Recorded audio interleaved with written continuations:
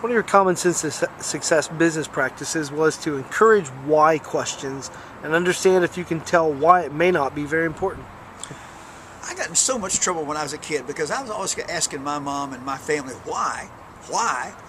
You know what? They would tell me it was because. You know what? I immediately discredited that answer. So in our company, we would teach our associates that when you ask us why, if we can't tell you why something is valid, it's probably not valid. Because if we're asking you to perform a certain work practice or a certain behavior, then we should be able to tell you why that behavior is going to be productive. And if we can't, then more than likely, it's just one of those things we had a good idea about, but we really didn't know why either. And I found that it really forced me as a leader of my company to come up with good, solid reasons why you should do what I'm asking you to do. And so it qualified the process or the procedure. And if it wasn't productive, then we did away with it.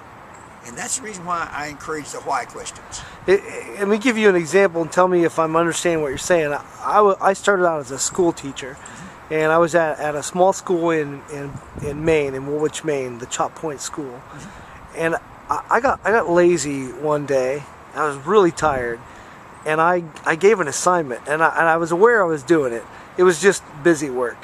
And one of my students, Brazel Savage, who's now a professional skateboarder, cool guy, he challenged me with why.